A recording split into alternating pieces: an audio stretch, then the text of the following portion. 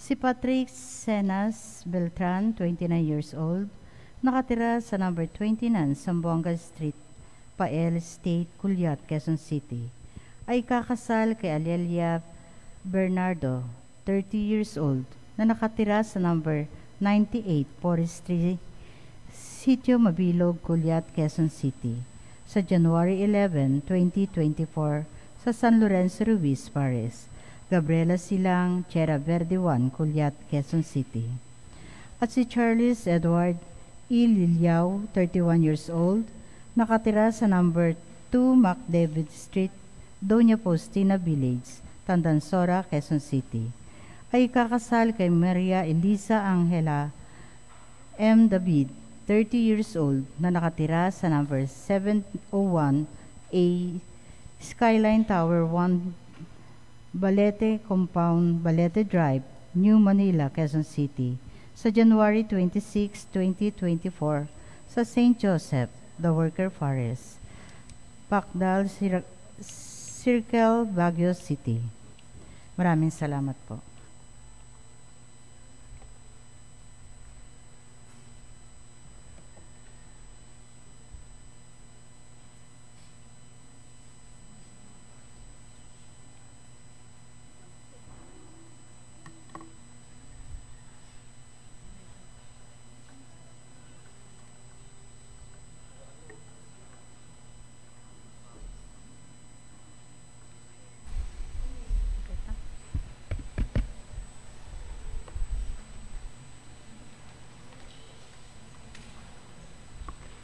Muli po, isang pinagpalang hapon sa lahat. Ang ating banal na misa ngayon ay kasalukuyang naka-livestream sa Facebook page ng ating parokya, San Lorenzo Ruiz, Paris, Quezon City. Ang lahat ay pinapaalalahanang manamit ng naaangkop at aktibo at magalang na makilahok sa ating pagdiriwang. Magsilod po ang lahat at ating dasalin ang banal na bukasyon. Sa ngalan ng Ama, ng Anak, ng Espiritu Santo. Amen. O mapagpalang Ama, taos-puso kaming nagpapasalamat sa mga biyayang patuloy mong ipinagkakaloob sa sangkatauhan, sa gitna ng makabagong panahon, pagsubok at panganib. Dakilang Ama sa langit, idulot mo na ang bawat tahanan, ipunla, una sa lahat ang pag-ibig sa Diyos, pangalawa sa kapwa. Pagkaluban mo ng iba yung paglingap at pag-ingat ang mga kabataan. Nawa, may talaga nila ang sarili sa araw-araw na panalangin. Tahakin ang daan tungo sa dakilang misyon ng paglilingkod. Manaignawa ang bukal na hangaring ilaan ang kanilang buhay bilang handog sa iyo. Gawin mo silang matatag sa pagtanggap at paghihirap at paglaban sa tukso, tungo sa adhikaing maging tagapaglaganap ng iyong salita at tagapagligtas ng mga kaluluwa. Sa pamamagitan ni Jesucristo, aming manunubos, at ni Maria, aming mahal na ina, ang sambayan ng Katolika ay taimtim na nagsusumamo, dinggin ng aming mga dalangin. Nawa, mapuspos ng maalab na pagtugon ang mga magulang, mga kabataan, mga mananampalataya at ang simbahan sa malawakang panawagan, pananalangin at pagkilos sa pagyabong ng banal na bukasyon sa pagpapari, pagmamadre, buhay religyoso at religyosa. Amen. Sa ngalan ng Ama, ng Espiritu, ng Anak, ng Espiritu Santo. Amen. Magsiupo muna sumandali.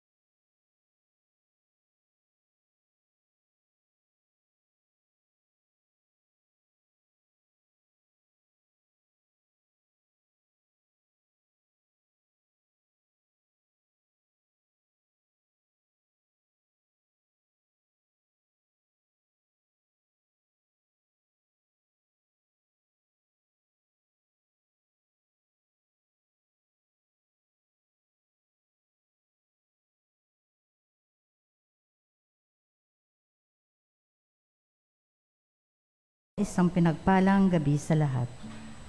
Ngayon ay ika-2 linggo ng Adbyento. Ang ating tema sa banal na misa ngayon ay ang bagong langit at bagong daigdig.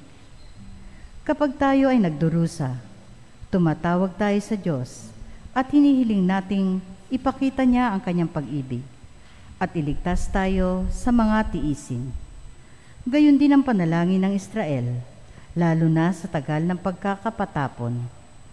Ngunit maraming para maganap iyon, sinabi sa kanila ng propetang si Isaías na kailangan nilang ipaghanda ang Panginoon ng daan sa ilang, isang patag at matuwid na lansangan para sa ating Diyos. Ang parehong panawagan sa pagsisisi at pagbabalik loob ay ginawa ni Juan Bautista sa buong bayang Israel nang sumapit ang pagsusugo ng Diyos ay pinangakong Mesiyas. Ang ganitong panawagan ng propeta ay sumasaklaw sa lahat ng panahon, magpahanggang ngayon. Tayo man ay nangangailangan ng tulong ng Diyos at pagpapatawad. Habang naghihintay tayo sa isang bagong langit at bagong daigdig, meron tayong dapat gawin, ang maghanda sa kanyang pagdating. Magsitayo na po ang lahat at simulan na natin ang ating banal na misa.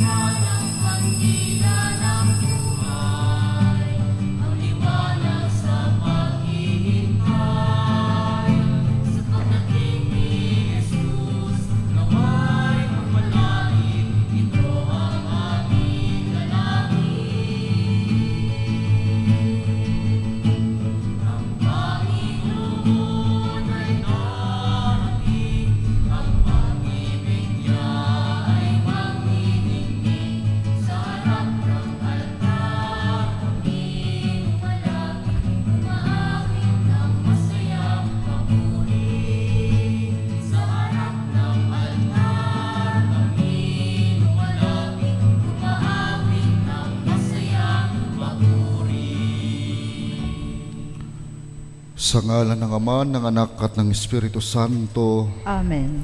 Ang biyaya at kapayapaan ng Diyos Ama at ng Panginoong Jesucristo, sampo ng pakikipagkaisa ng Espiritu Santo ay sumainyong lahat.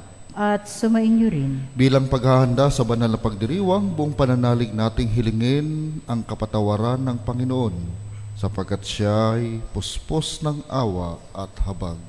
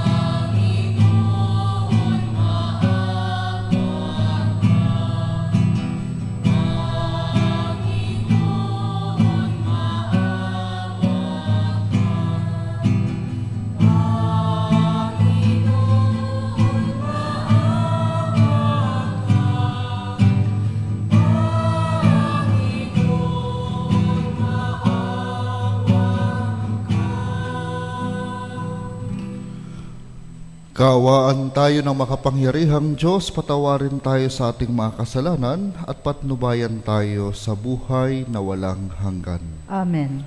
Manalangin tayo.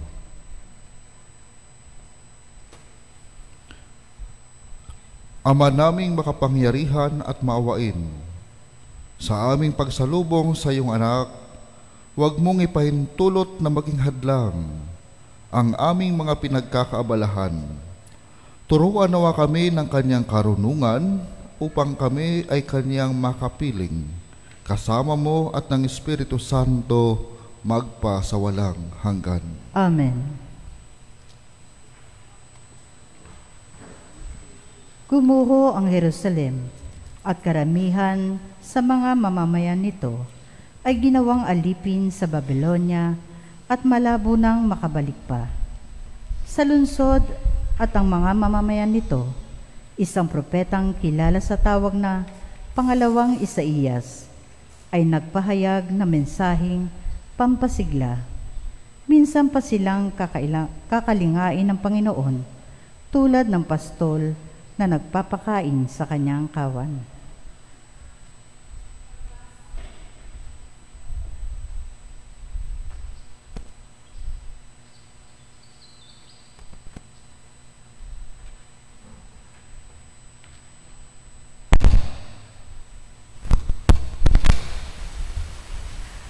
Pagbasa mula sa aklat ni Propeta Isaías. Aliwin niyo ang aking bayan, sabi ng Diyos. Aliwin ninyo sila. Inyong ibalita sa bayang Jerusalem na hinango ko na sila sa pagkaalipin, pagkat nagbayad na sila ng ibayo sa pagkakasalang ginawa sa akin. May tinig na sumisigaw, ipaghanda ang Panginoon ng daan sa ilang, isang patag at matuwid na lansangan para sa ating Diyos. Tambakan ng mga lambak, patagi ng mga burol at bundok, at pantayin ng mga baku-bakong daan. Mahahayag ang kaningningan ng Panginoon at nakikita ng lahat. Siya mismo ang nagsabi nito. At ikaw, O Jerusalem, mabuting balita ay iyong ihayag. Ikaw, Sion, umakyat ka sa tuktok ng bundok. Ikaw ay sumigaw, huwag kang masisindak, sabihin sa Huda. Narito ang iyong Diyos. Dumarating ang Panginoon makapangyarihan, taglayang gantimpala sa mga hinirang. At tulad ng pastol, yaong kawan niya ay kakalingain sa sariling bisig. Yaong mga tupay kanyang titipunin, sa kanyang kandungan ay pagyayamanin, at papatnubayan ang tupang may supling. Ang salita ng Diyos. Salamat sa Diyos.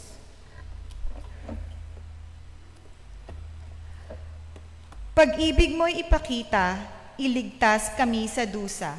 Pag-ibig mo'y ipakita, iligtas kami sa dusa. Aking naririnig magmula sa puon ang sinasalita. Sinasabi niyang ang mga lingkod niya'y magiging payapa. Kung mangagsisisi at di na babalik sa gawang masama, ang nagpaparangal sa pangalan niya'y kanyang ililigtas. Sa ating lupain ay mananatili ang kanyang paglingap. Pag-ibig mo'y ipakita, iligtas kami sa dusa. Ang pagtatapatan at pag-iibigay magdadaupalad. Ang kapayapaan at ang katwiray magsasamang ganap. Sa balat ng lupay, pawang magahari yaong pagtatapat.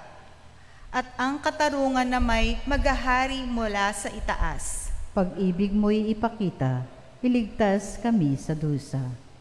Gagawing maunlad ang Panginoong Diyos, itong ating buhay. Ang mga halaman sa ating lupai, bubungang mainam. Sa harapan niya, yaong magahari pawang katarungan. Magiging payapat, susunod ang madla sa kanyang daan. Pag-ibig mo'y ipakita, iligtas kami sa dusa. Marami sa mga unang henerasyong Kristiyano ay nanlumo nang di dumating ang Panginoon sa kaluwalhatiang gaya ng kanilang inaasahan. Ang siping maririnig ay magpapaliwanag sa kanila at sa atin ng dahilan ng gayong tila pagkaantala at kung paano dapat gamitin ang panahong namamagitan. Pagbasa mula sa ikalawang sulat ni Apostol San Pedro. Huwag ninyong kalilimutan ito, mga pinakamamahal. Sa Panginoon, ang isang araw ay 1,000 taon, at ang 1,000 taon ay isang araw lamang. Ang Panginoon ay hindi nagpapabaya sa kanyang pangako, tulad ng inaakala ng ilan. Hindi pa niya tinutupad ang pangakong iyon alang-alang sa inyo.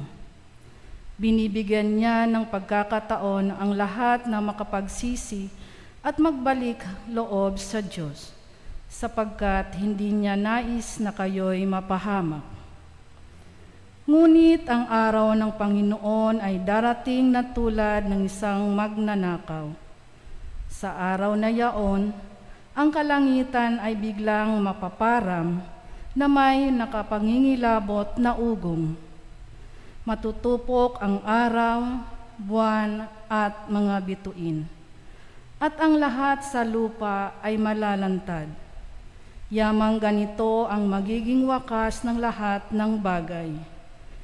Italaga ninyo sa Kanya ang inyong sarili at mamuhay ng ayon sa Kanyang kalooban, samantalang hiniintay ninyo ang araw ng Diyos.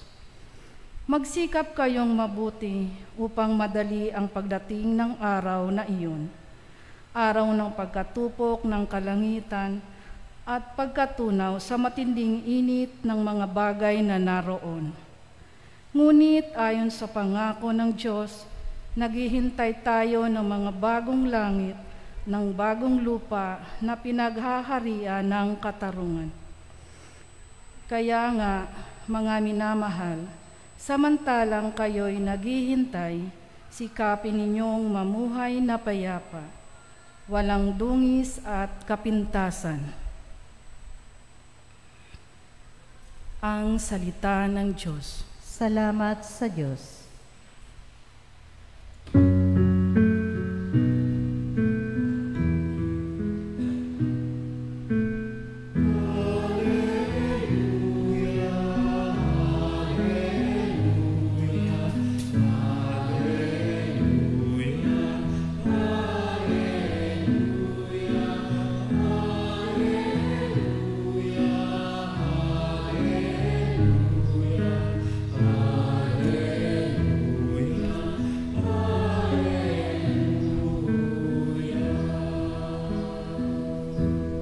Daan ng poong nariyan na, tuwirit ihanda sa kanya, pagtubos niya'y makikita.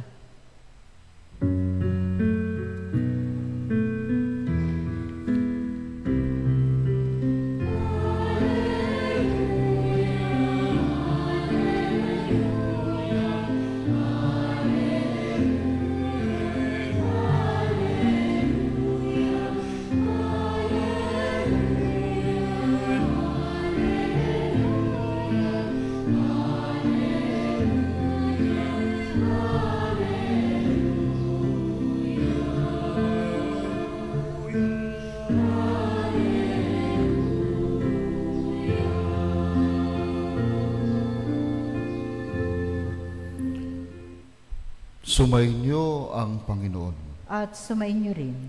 Ang simula ng mabuting balita ng Panginoon ayon kay San Marcos. Papuri sa iyo, Panginoon. Ito ang mabuting balita tungkol kay Jesucristo na anak ng Diyos. Nagsimula ito nung matupad ang hula ni Propeta Isaías. Narito ang sugo ko na aking ipadadalang mauuna sa iyo. Ihahanda niya ang iyong daraanan. Ito ang sabi ng isang sumisigaw sa ilang, ihanda ninyo ang daraanan ng Panginoon. Tuwirin ninyo ang kanyang mga landas. At dumating nga sa ilang si Juan, nagbibinyag at nangangaral. Sinabi niya sa mga tao, pagsisihan ninyo talikdan ang inyong mga kasalanan at pabinyag kayo upang kayo patawarin ng Diyos.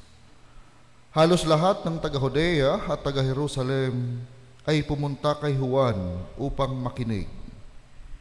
Ipinahayag nila ang kanilang mga kasalanan at sila'y bininyagan niya sa ilog Jordan. Hinabing balahibo ng kamilyo ang damit ni Juan at balat ang kanyang pamikis. Ang kanya namang pagkain, balang at pulot-pukyutan.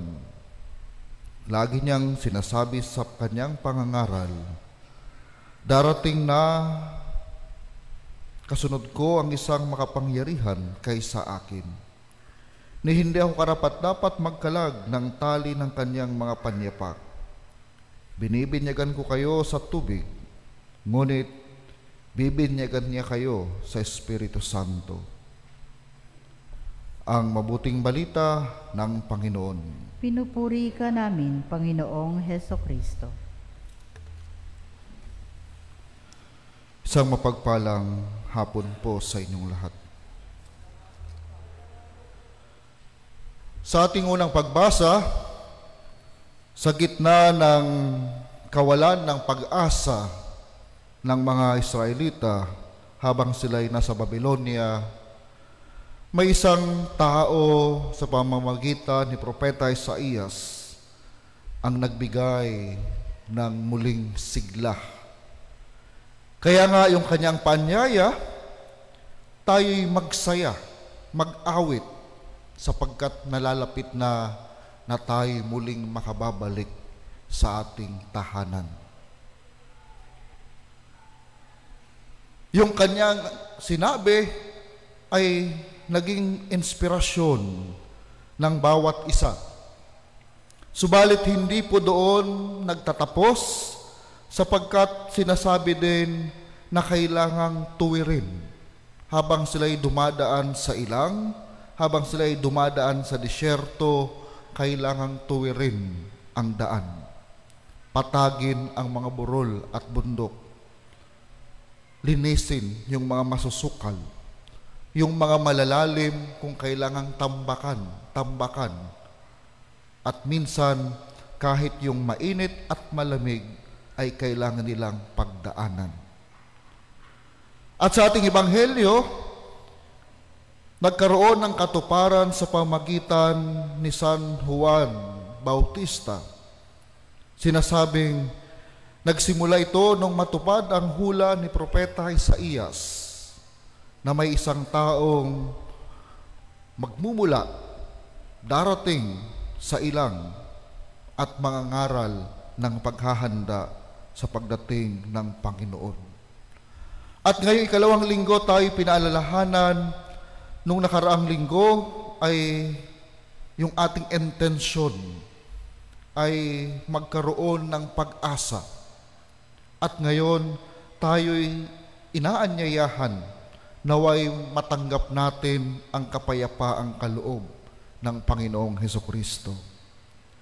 Sa pamamagitan ni San Juan Bautista, tayo tinuturuan ng totoong kahulugan ng kapayapaan. Ang kapayapaang kaloob ni Kristo ay hindi po kawalan ng ingay, hindi po kawalan ng gulo, hindi po kawalan ng problema. Sa halip, ipinapakita sa atin ni San Juan Bautista ng totoong kapayapaan. Ito yung pagbabagong buhay, pag-iwas sa kasalanan, at pagbabalik loob sa Panginoon. Kaya nga po mga kapatid, sa pananampalataya, kailan po kaya tayo huling tumanggap ng sakramento ng pagkukumpisal? Marahil sa ating buhay pananampalataya, sa tagal ng panahon na tayo hindi nakakatanggap ng sakramento ng pagkukumpisal, marahil baka naman gabundok na yung ating mga nagawang kasalanan. na minsan hindi na natin napapansin dahil naging kaugalian na, naging parte na ng buhay natin sa araw-araw. Parang ordinaryo na lang ang lahat. Na kung minsan ito yung mga kasalanan na nagdudulot sa atin ng takot sa halip na kapayapaan. Ito yung mga takot na minsan sumusunod ng sumusunod sa atin.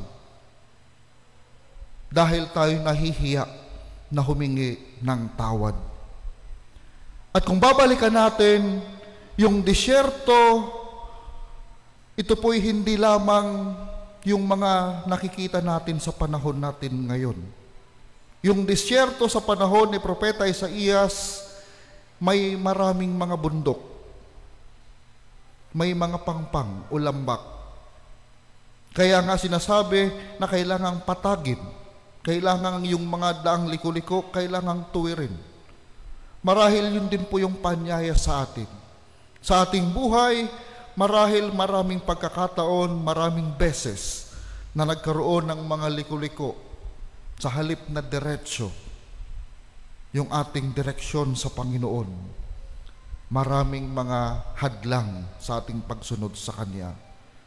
Nawa magkaroon tayo ng kapayapaan sa pamagitan ng paghahanda ng ating sarili, sa pamagitan ng pagsisisi sa ating mga kasalanan. Patagin natin yung mga daan ng ating buhay.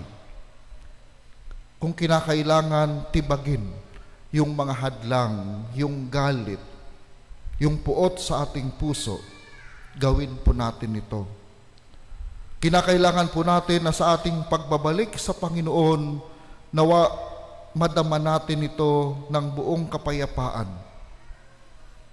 Kaya po sa pagdulog natin sa banal na misang ito, nawa hindi lamang yung mga material na bagay yung ating hangarin ngayong darating na Kapaskuhan.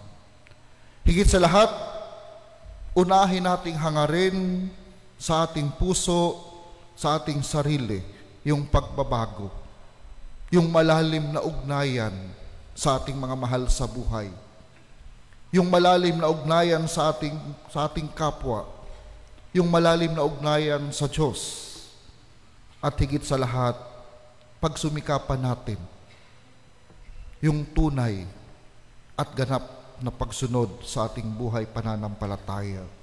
Amen.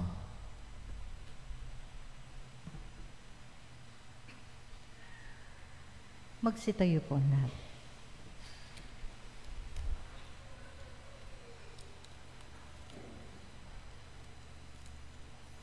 Sumasampalataya ako sa Diyos sa mga makapangyarihan sa lahat, na may gawa ng langit at lupa. Sumasampalataya ako kay Jesucristo, isang anak ng Diyos, Panginoon nating lahat.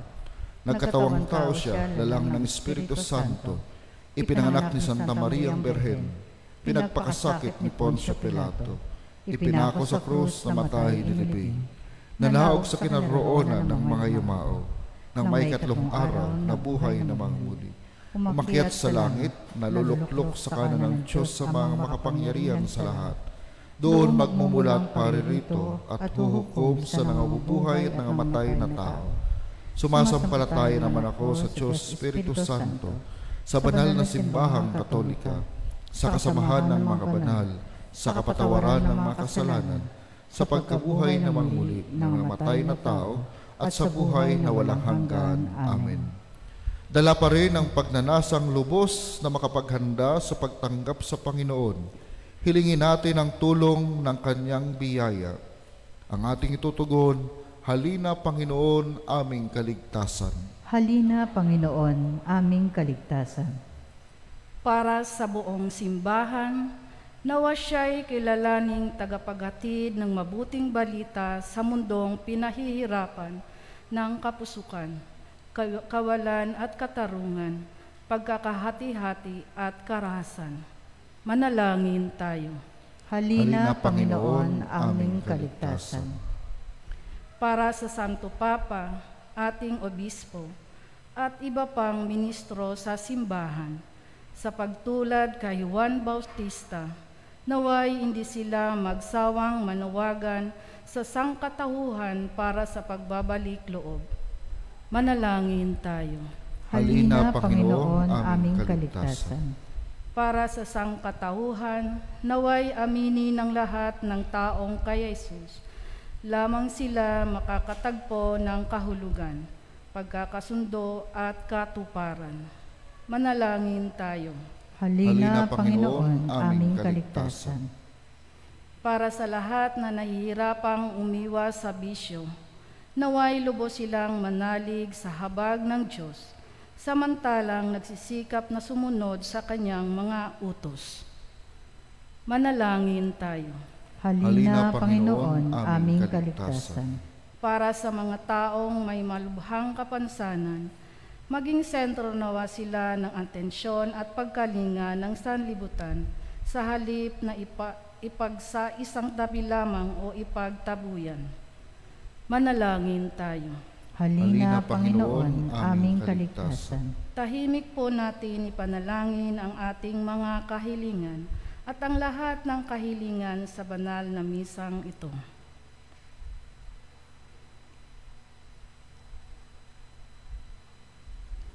Manalangin tayo. Halina, Panginoon, aming kaligtasan. Panginoong Hesus, Ikaw ang bukal ng aming pag-asa at kaligtasan. Palayain mo ang aming mga puso sa bawat masamang simbuyo at ipagkaloob mo sa amin ang kagalakan ng iyong pananahan sa amin. Ikaw na nabubuhay at naghahari magpa-kailanman. Amen.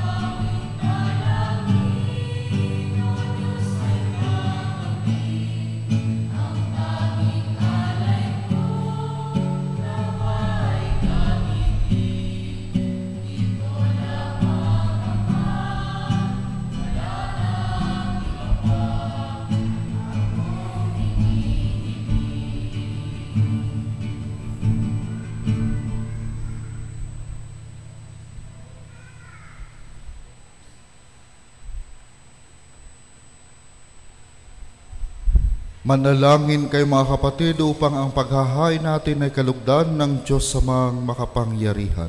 Tanggapin nawa ng Panginoon itong paghahain sa iyong mga kamay, sa kapurihan niya at karangalan, sa ating kapanganabagan at sa buong sambayan niyang banal. Ama naming lumikha, kalugdan mo ang aming mga panalangin at alay, sa anumang kakulangan ng aming abang nakayanan.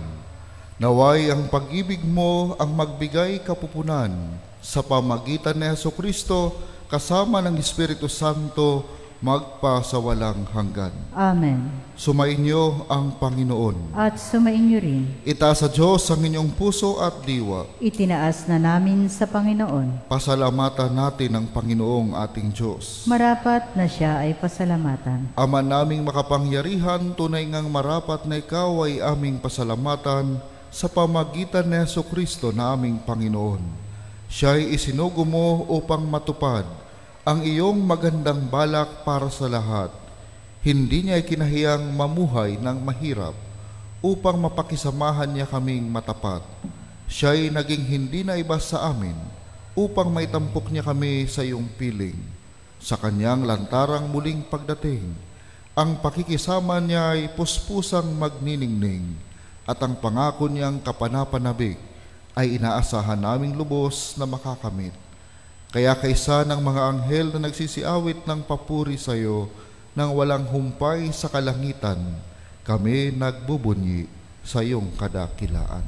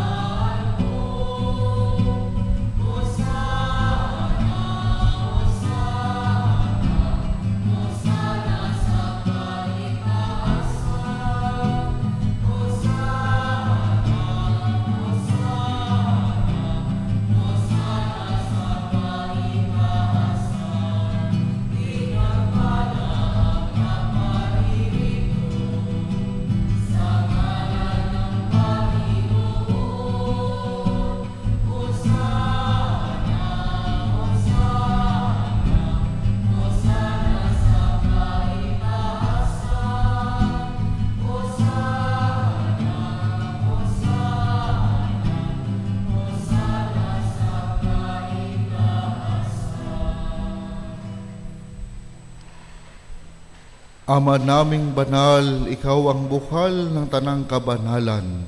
Kaya't sa pamagitan ng iyong Espiritu, gawin mong banal ang kaloob na ito upang para sa amin maging katawan at dugo ng aming Panginoong Hesukristo. Bago niya pinagtiis ang kusang loob na maging handog, hinawakan niya ang tinapay, pinasalamatan kanya, pinaghati-hati niya iyon, iniabot sa kanyang mga alagad at sinabi, "Tanggapin ninyong lahat ito at kanin. Ito ang aking katawan na ihahandog para sa inyo."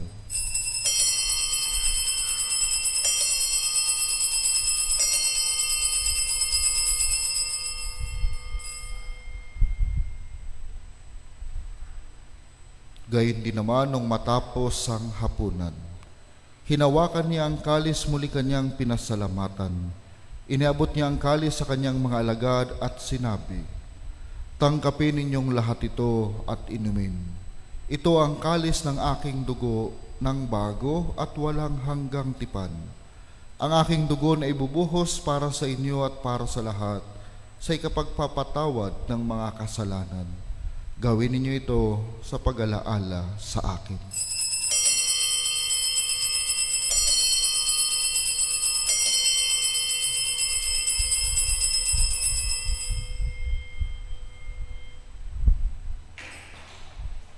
Ipagbunyi natin ang misteryo ng pananampalataya.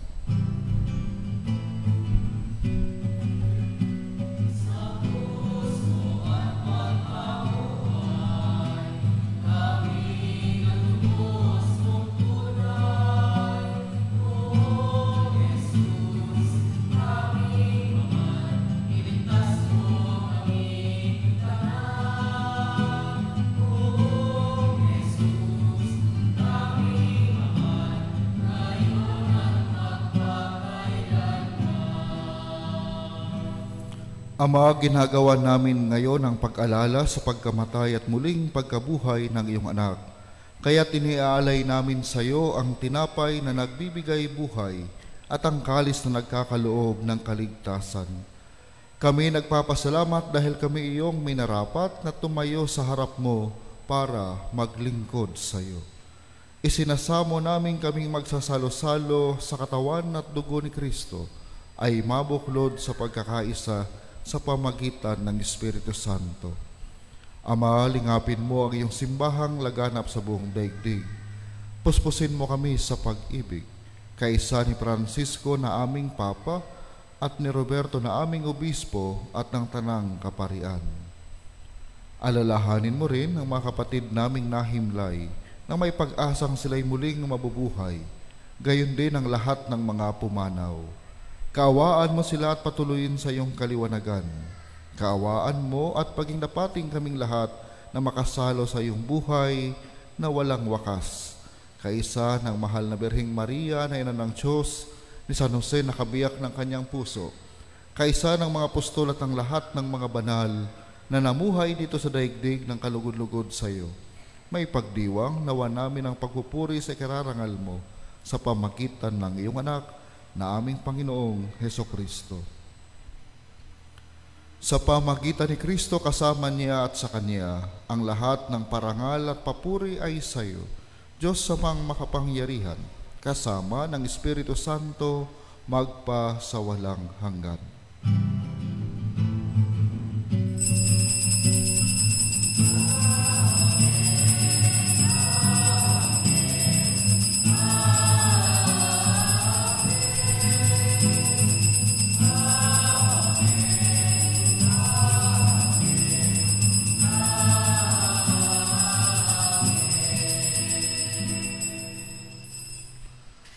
Sa tagubili ng mga nakagagaling na utos sa turo ni Jesus na Panginoon natin at Diyos, ipahayag natin ng lakas loob.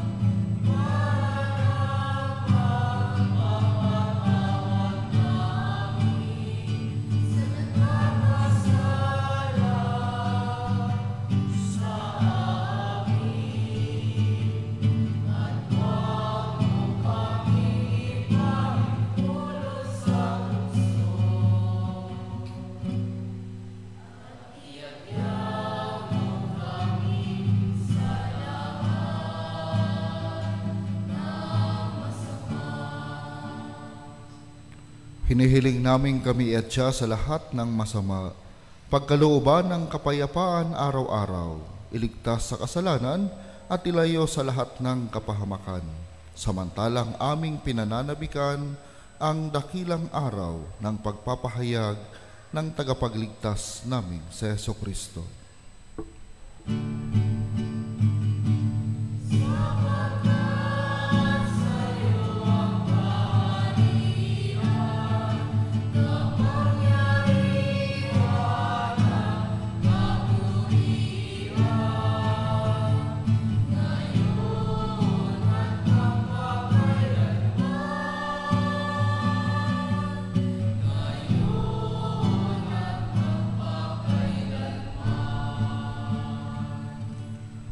Panginoong Hesukristo, sinabi mo sa iyong mga apostol, kapayapaan ang iniiwan ko sa inyo. Ang aking kapayapaan ang ibinibigay ko sa inyo. Tunghayan mo ang aming pananampalataya at huwag ang aming pagkakasala. Pagkalooban mo kami ng kapayapaan at pagkakaisa ayon sa iyong kalooban, kasama ng Espiritu Santo, magpa sa walang hanggan. Amen. Ang kapayapaan ng Panginoon ay laging sumainyo. At sumainyo rin. Magbigayan po tayo ng kapayapaan sa isa't isa.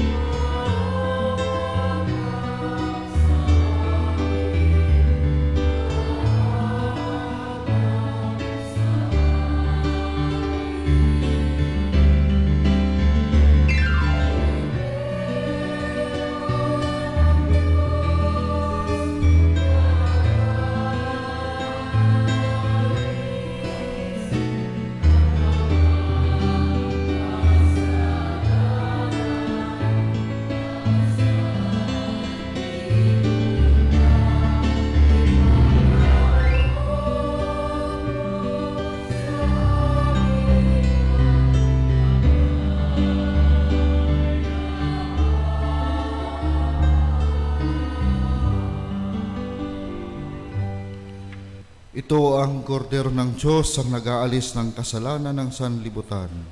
Mapalad ang mga inaanyayahan sa kanyang piging. Panginoon, hindi ako karapat-dapat na magpatuloy sa iyo, ngunit sa isang salita mo lamang ay gagaling na ako.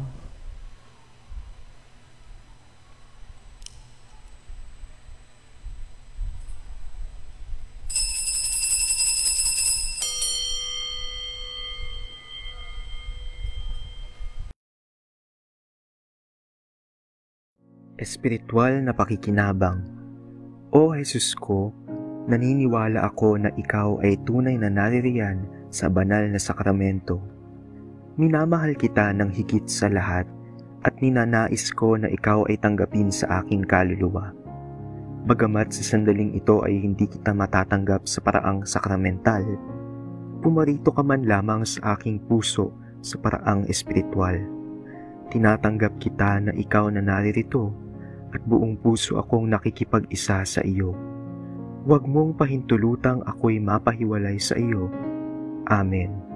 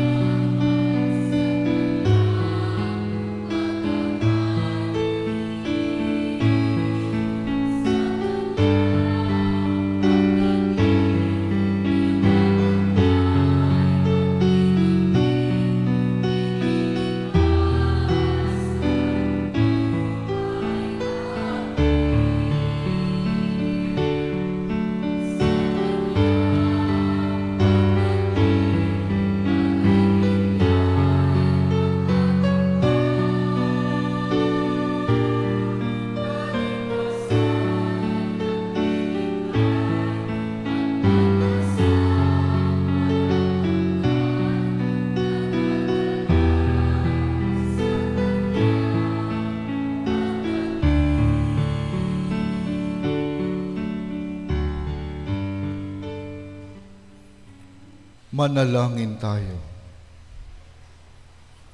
Ama naming mapagmahal, kaming pinapakinabang mo sa iyong banal na salo-salo, ay turuan mong kumilala sa layunin ng iyong mga nilikhang bagay na dapat naming gamitin upang kami ay sumapit sa iyong piling sa pamagitan ni Jesucristo kasama ng Espiritu Santo magpa sa walang hanggan.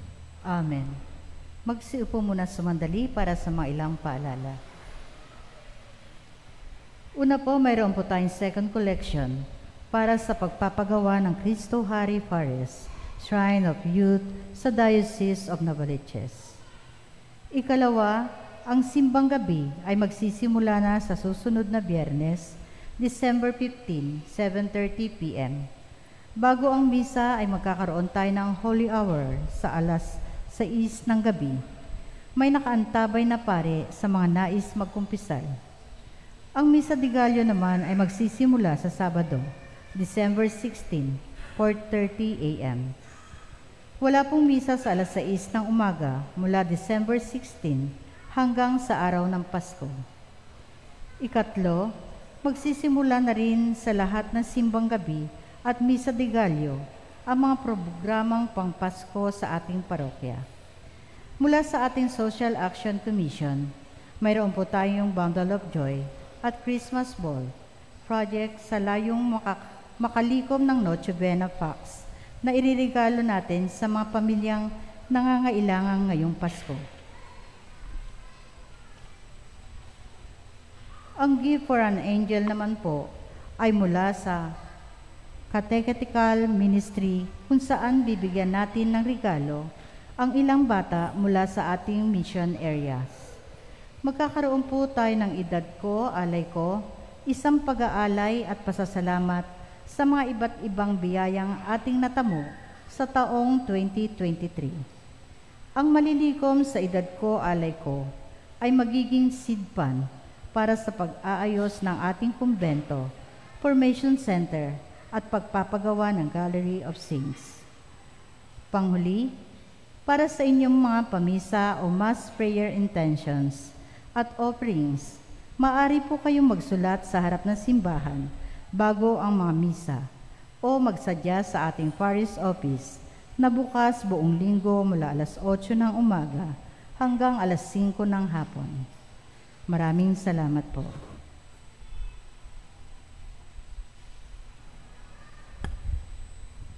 Magsitayo na po ang lahat. Sumainyo ang Panginoon. At sumainyo rin. At pagpalaing kayo ng makapangyarihang Diyos Ama at Anak at Espiritu Santo. Amen. Naalay ng banal na misa, humayo kayo sa kapayapaan ni Kristo. Salamat sa Diyos.